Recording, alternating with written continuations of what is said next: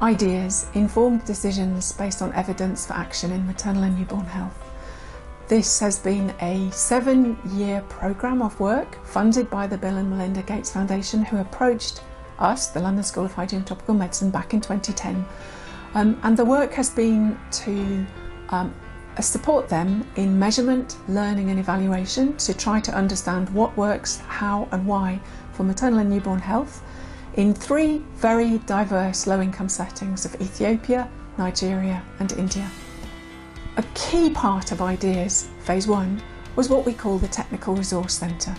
So the Bill and Melinda Gates Foundation gave us resources to enable us to support their implementation grantees in Ethiopia, India and Nigeria in their own measurement, learning and evaluation work. So we started that with needs assessment in each of the 3 settings. We asked each of those big implementation grantees, they're by and large international NGOs, extremely capable groups, but each of them could identify some areas in which we were able to support them. There's a section in the report on the Technical Resource Centre. So we collaborated with grantees in 3 different ways through the Resource Centre. The first one is to enhance measurement, learning and evaluation systems. So we worked with a couple of grantees to develop a theory of change, and then on the basis of that theory of change, the grantees developed a really focused measurement, learning and evaluation plan. The second way that we collaborated was through technical assistance. So that was review of protocols, it was helping with sample size calculations, but also we collaborated on special studies. For example, we collaborated with a grantee in Ethiopia on a time and motion study of health extension workers. And the third way was individual capacity strengthening. So 2 examples there. We ran paper writing workshops where grantees who had results that they wanted to publish would collaborate with somebody in LSHTM to work together to write a paper, and that has resulted in some publications. And the other example is that we ran geographic information system courses in Nigeria and in Ethiopia. So since the beginning of Ideas, we've worked with a number of grantees in our 3 focus geographies. The grantees are all funded by the Bill and Melinda Gates Foundation and all contribute to the overall aim of improving maternal and newborn health. Each project has a number of different innovations and contributes in very different ways and at different scales. Our task was to work with the projects to identify what those innovations are and to map how they contribute to the overall aim. That process we call Characterization of Innovations, and we've written about it in this report.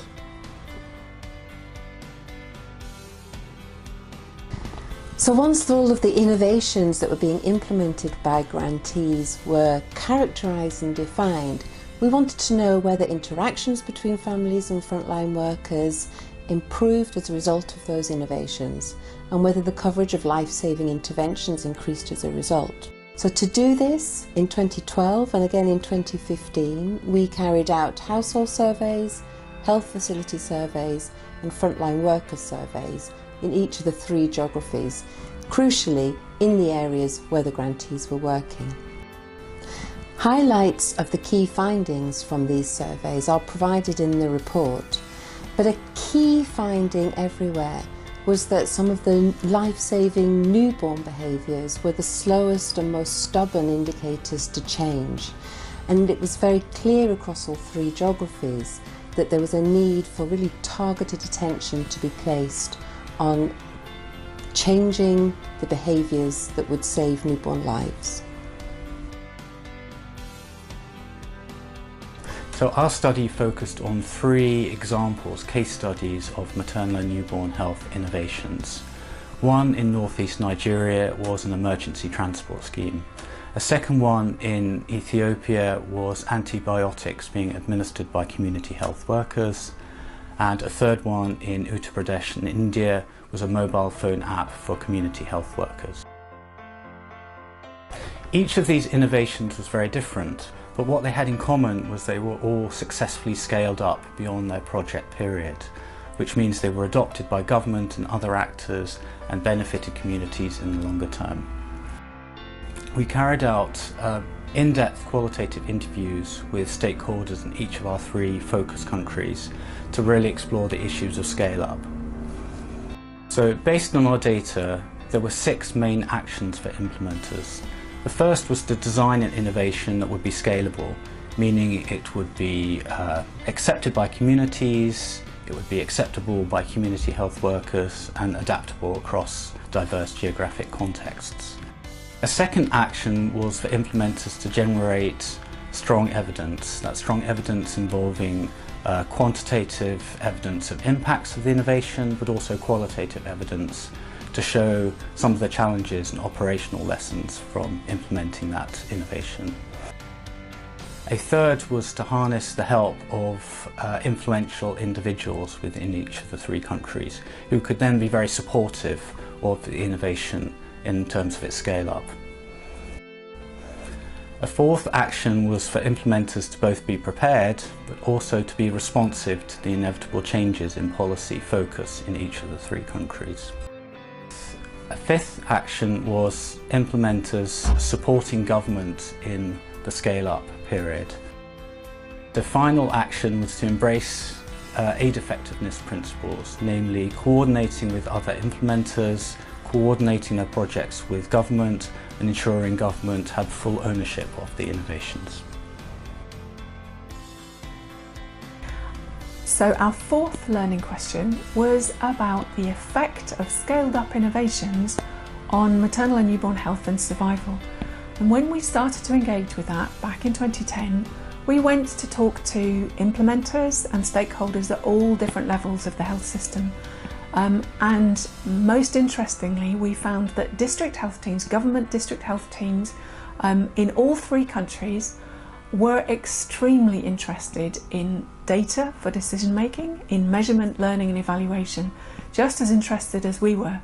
So we started to realise that if we were to set up measurement systems to look at implementation strength, for example, enabling us to look at the effect at scale, we would need to do that with full engagement of the district health teams. So that led us to realise that we needed to consider and develop systems that enabled them to use their own data for decision making in a more systematic and structured way, which led us to develop the prototype of the Data Informed Platform for Health, DIPH. One of the research focus of IDS Phase 1 was to promote use of local data for health decision making. During research, we found that one of the key challenges that the decision to scale up innovations is not always fully supported by the evidence, and once implemented, they are not optimally monitored by the routinely collected data within the health systems. If we take the example of district level health systems, there are diverse stakeholders involved which directly or indirectly contribute in the success of health service delivery innovations. These include both health and non-health public departments, various types of private sector agencies and civil society representatives. In real world, all these stakeholders don't work harmoniously due to differences in the professional capabilities and the organizational culture. We believe the solution for this problem has got 3 basic components. It requires consensus and common understanding across all key stakeholders about the health challenges and the key themes. Tools are needed to share and review the routinely collected data from all the stakeholders. And finally, a structured process for collaborative decision making across all the stakeholders needed to be developed. Working closely with district level health stakeholders, we considered various possible solutions. The most promising among them is Data Platform for Health, or DIPH for short. The DIPH approach brings government and non-governmental service providers on a periodic basis to share routinely collected data and for collaborative decision making. To support this process, we specifically develop a digital app which includes job aids, guides and training materials for conducting DIPH cycles. We have already successfully completed development and pre-testing of DIPH prototype phase in 3 health districts of West Bengal over the course of 2 years, and now we are ready to scale up DIPH at the state level in India. We are also in the process of implementing this health system strengthening innovation in an African setting with the focus on Ethiopian health systems. So after 7 years of IDEAS Phase 1, we are really excited with the learning and the impact that learning has had on the Gates Foundation's programming in each of those 3 countries. We're excited by our many research outputs, and we're particularly also excited by moving into a Phase 2 of IDEAS, where we have been awarded a second grant by the Bill and Melinda Gates Foundation to pick up on particular questions that arose from Phase 1.